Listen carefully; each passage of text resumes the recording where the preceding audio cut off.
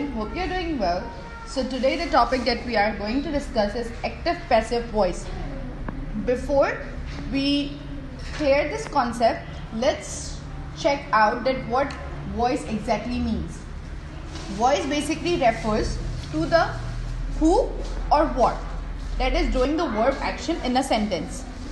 For example, if we look into the active lane, means the subject is doing the action. You already know the subject can be a person. And you can use I, we, they.